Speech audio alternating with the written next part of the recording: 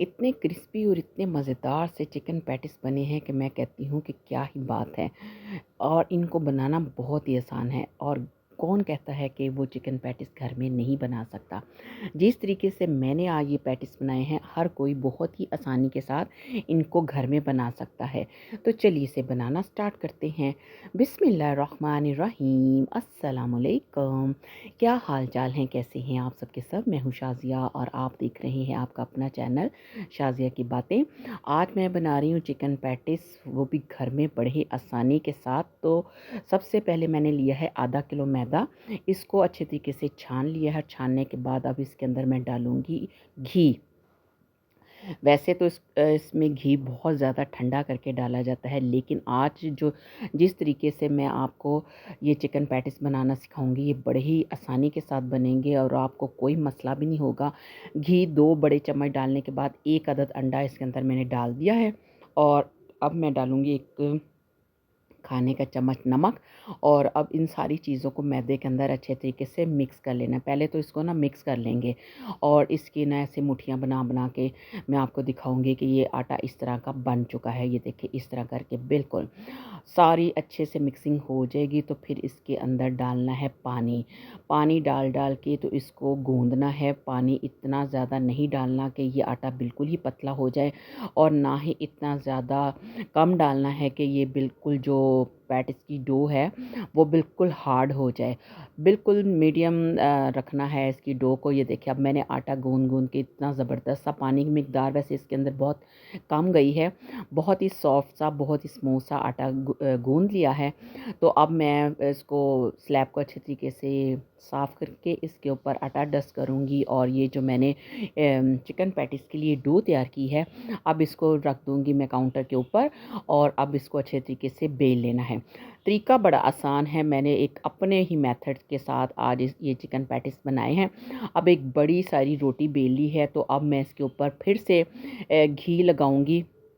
ये आप ये मत सोचिएगा कि ये लच्छा पराठा का एक तरीका है, बल्कि इससे भी आप चिकन पैटीज़ बहुत ही अच्छे तरीके से बना सकते हैं। इस पे थोड़ा-सा मैदा डस्ट कर दिया। अब इसको लंबाई के रुख पे एक साइड से मोड़ेंगे, फिर दूसरी साइड से मोड़ेंगे, फिर इसको एक तरफ से उठा लेंगे और अब इसको अच्छे से पैक कर लेंगे। इसको एक बॉक्स की शक्ल दे देंगे और इस तरह इसको 15 मिनट के लिए फ्रीज़र में रख देंगे।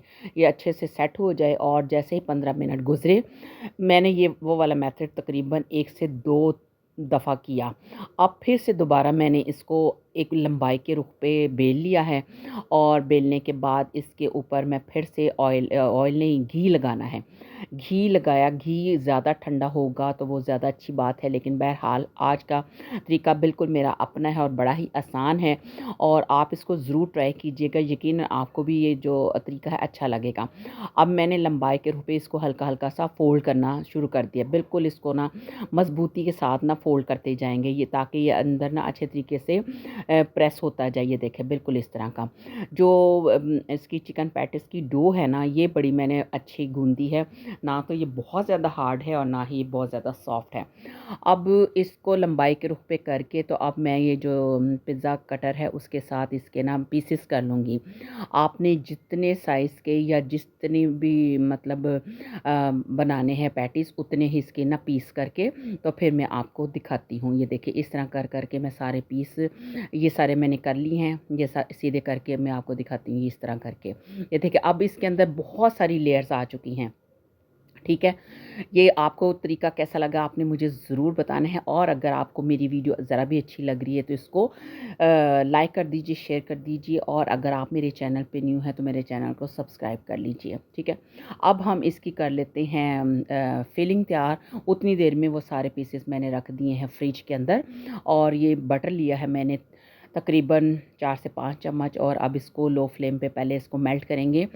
अगर हाई फ्लेम कर दिया तो ये जलना स्टार्ट हो जाएगा। इसके साथ ही मैं इसके अंदर डाल दूँगी 1 चम्मच ऑयल का, इस वजह से कि जो बटर है वो जले नहीं।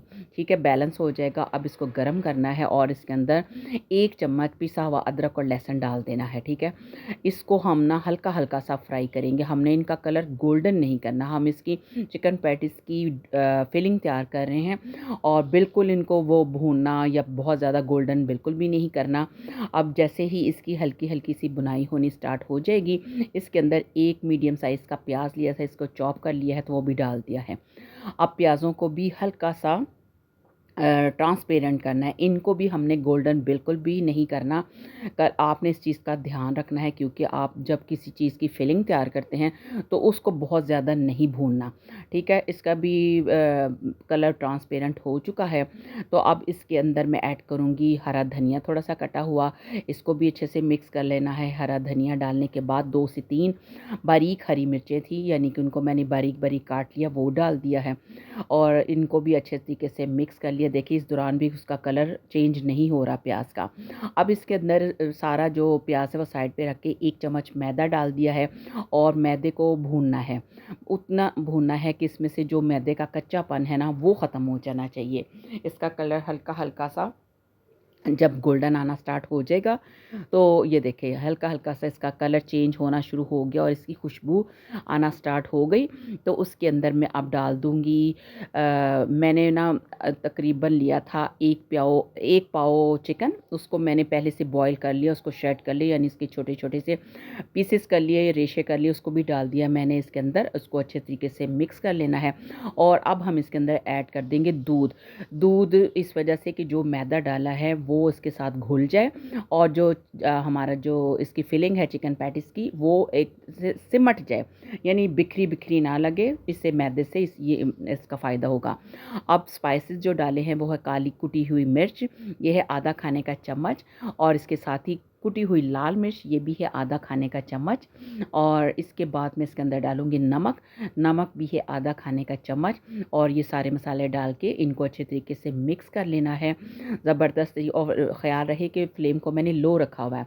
अब ये सूखा धनिया पिसा हुआ और ये ज़ीरा, ये भी है, दोनों चीज़ें मिक्स करके आधा चाय का चम्मच, आधा खाने का चम्मच, ये सारी चीज़ें मैंने इसके अंदर डाल दी हैं। अब आप देख सकते हैं कि फिलिंग ज़बरदस्त इकट्ठी हो चुकी है। अब आपको ये बिल्कुल भी बिखरी नहीं लग रही, और अब मैंने फ्लेम को ऑफ़ कर दिया है और इसको बिल्कुल ठंडा कर लेना है।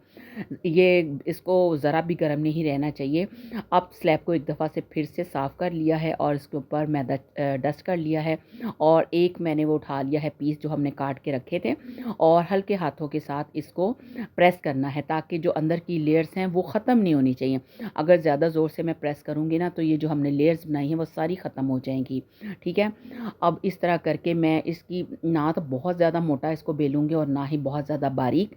अब मैं कोई भी अगर आपके पास कोई ढक्कन है, कोई किसी चीज़ का भी मतलब आपके पास है चीज़, तो वो आप उसको उस हिसाब से जिस तरह के आपने पैटीज़ बनाने हैं, मैं चूँकि गोल बनाऊँगी इस वजह से मैंने कप का इस्तेमाल किया। अगर आपने इनको किसी और शेप में देना है तो वो उस तरह की शेप आप बना सकते हैं।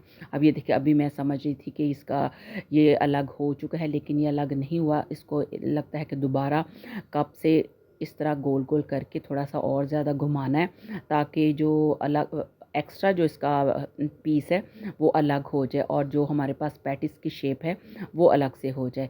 ये देखिए, इस तरह की शेप के मैंने ये पीस बना लिए हैं, और अब मैं क्या करूँगी, इसके अंदर फिलिंग भरूँगी। ये देखें, इसके अंदर जितनी इसमें गुंजाइश है उस तरह की फिलिंग डाल देनी है, ना बहुत ज़्यादा कम ना बहुत ज़्यादा, बड़े ही एहतियात के साथ। अब आज की जो रेसिपी है इसकी बनाने की पैटीज़ की, ये बिल्कुल मैंने आपको आसान तरीके के साथ बताया है कि आप इस तरह भी बना सकते हैं, ऐसा कोई मसला नहीं है।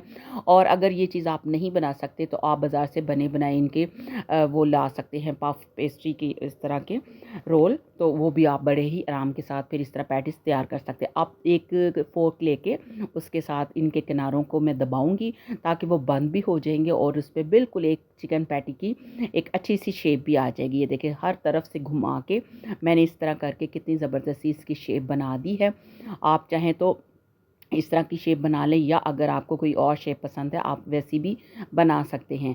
अब एक अदद अंडा लेके उसको मैश कर लिया, तो उसके अंदर थोड़ा-सा दूध ऐड कर दिया था, और ये देखिए इसके ऊपर सारा एक ब्रश के साथ लगा देना है कि जब ये मतलब जब ये बेक होंगे तो इन पे ये कलर बहुत ज़बरदस्त सा आ जाएगा। अब जितने मुझे इस वक्त पैटीज़ चाहिए थे वो मैंने रेडी कर लिए हैं, तो अब इसको हम बेक होने के लिए रख देंगे। तो देखिए जी, क्या शानदार से और क्या ही क्रिस्पी से ज़बरदस्त से हमारे चिकन पैटीज़ तैयार हो गए हैं, बहुत ही यम्मी और बहुत ही टेस्टी।